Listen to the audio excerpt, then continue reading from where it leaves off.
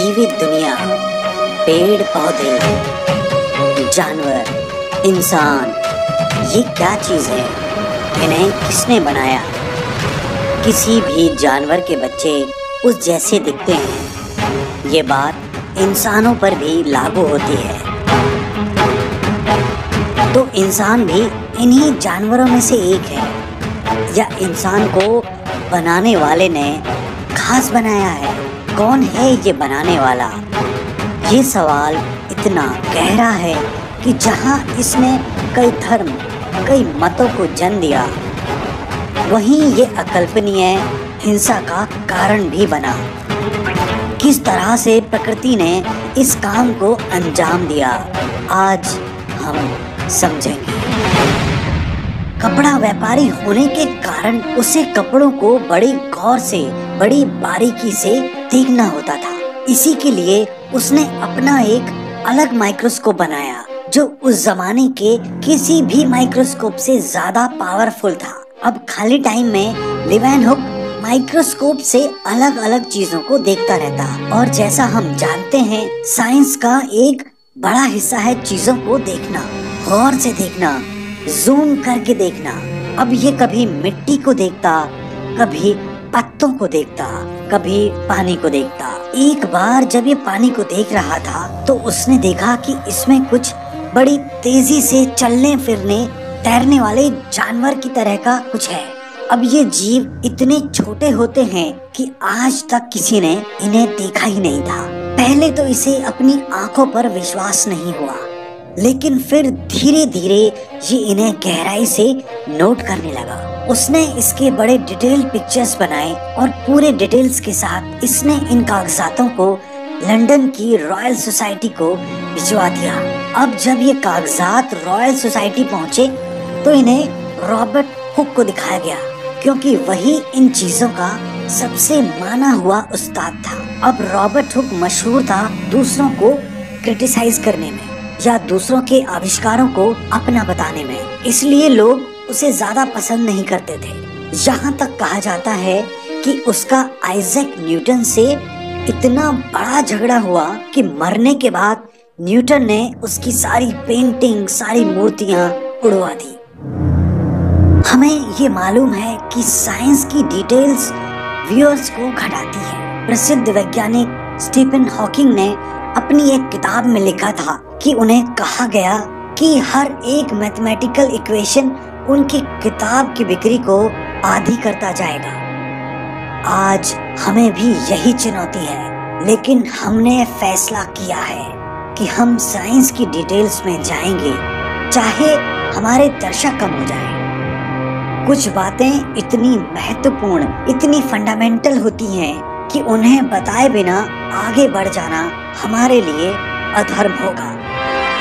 एक ऐसी ही मूल बात है कि प्रकृति ने केवल 4 मामूली से केमिकल्स को जोड़कर इतनी नायाब और विविध दुनिया की रचना की है।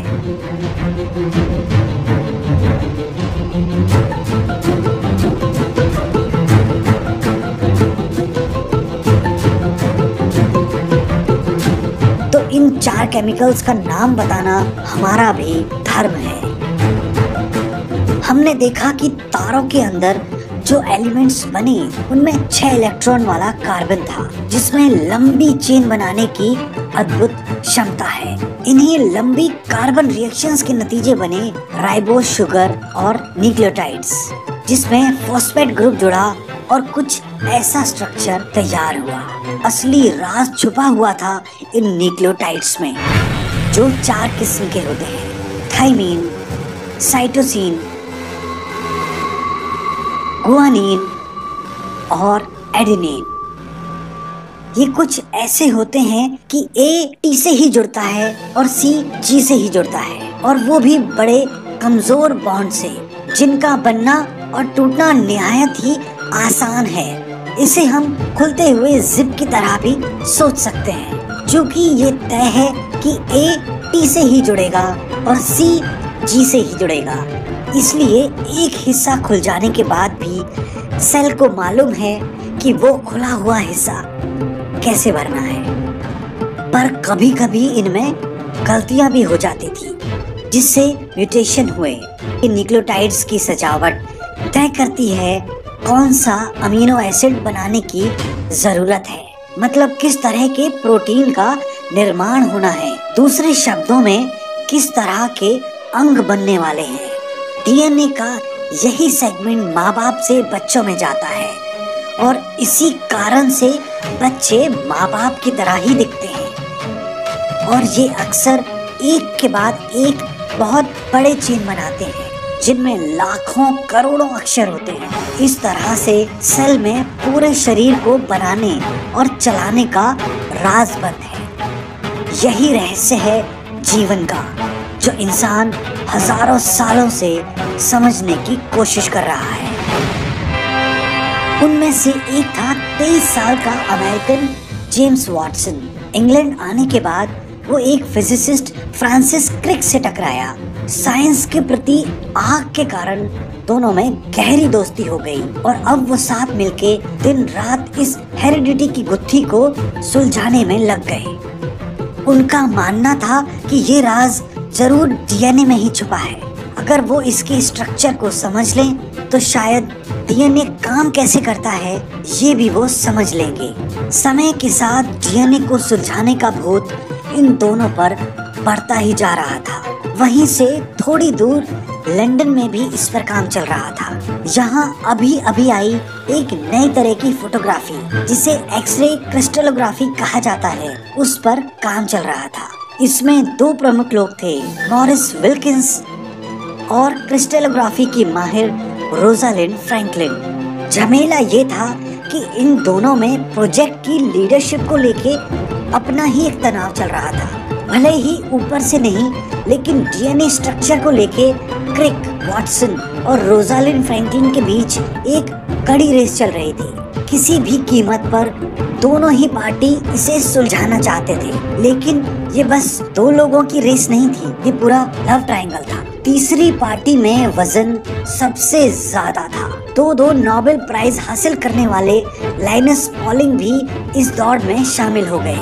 ये इस दौर के सबसे माने हुए केमिस्ट थे।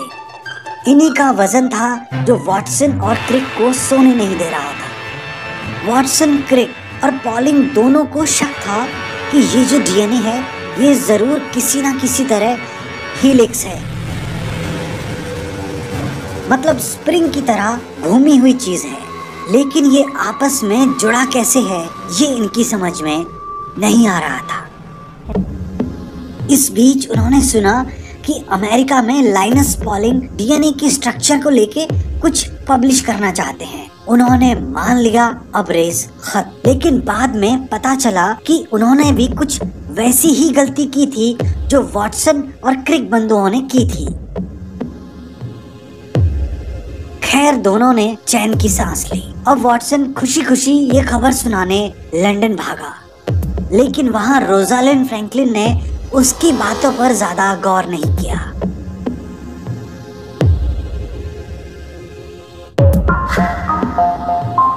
वहां से निकलकर वाटसन मॉरिस विल्किंस के ऑफिस गया, जहां विल्किंस ने उसे कुछ ऐसा दिखा दिया जिसे दिखाने की उसे इजाजत नहीं थी। ये था वो फोटो जो बायोलॉजी की दुनिया का सबसे मशहूर फोटो होने वाला था। रोजालिंड फ्रैंकलिन की टीम का लिया हुआ ये फोटो जो बाद में फोटो 51 के नाम से प्रसिद्ध हुआ।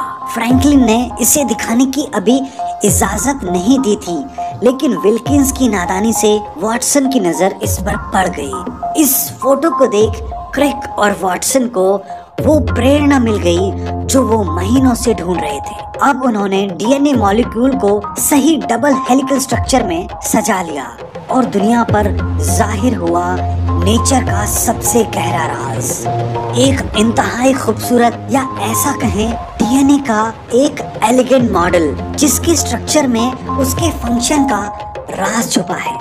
जैसे ही ये मॉडल आम हुआ, सारे बायोलॉजिस्ट एक झटके से इसके महत्व को समझ गए। ये जेनेटिक्स के सारे प्रॉब्लम्स को सुलझाने की ताकत रखता था।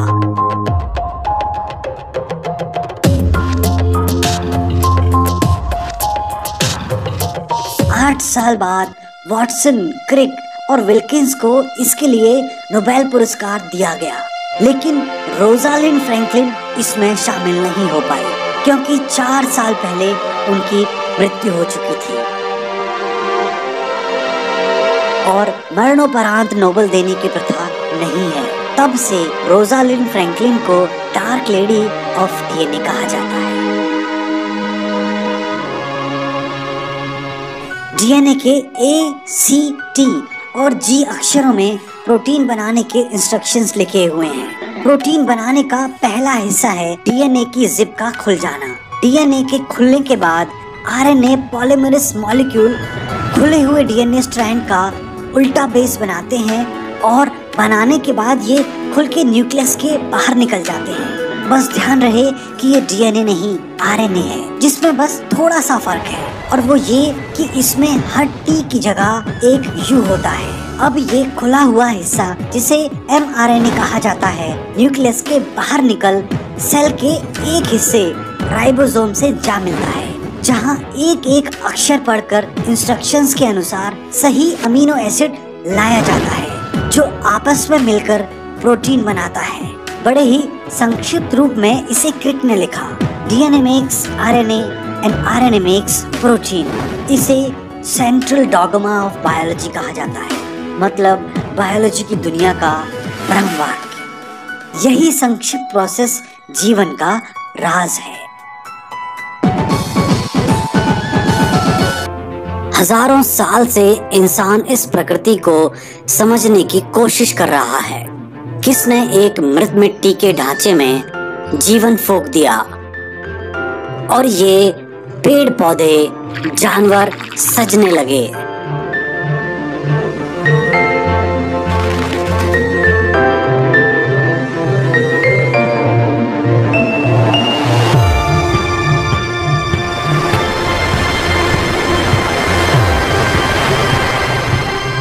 इस सवाल ने जहां कई विचारधारा, कई मत को जन्म दिया,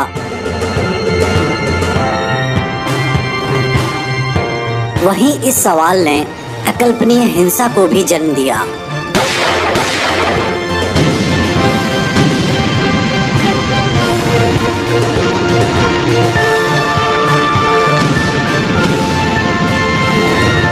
लेकिन हमने देखा कि पिछले 400 साल से इंसान इस कहानी को साइंटिफिक नजरिए से समझने लगा।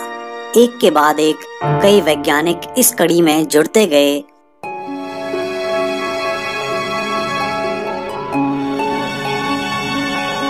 फिर 1950 के दशक में चंद लोगों के प्रयासों ने इस दीवार को गिरा दिया और हमें दुनिया के सबसे गहरे राज से रूबरू कराया। हम वाटसन, क्रिक और रोजालिंड फ्रैंकलिन के आगे नतमस्तक हैं।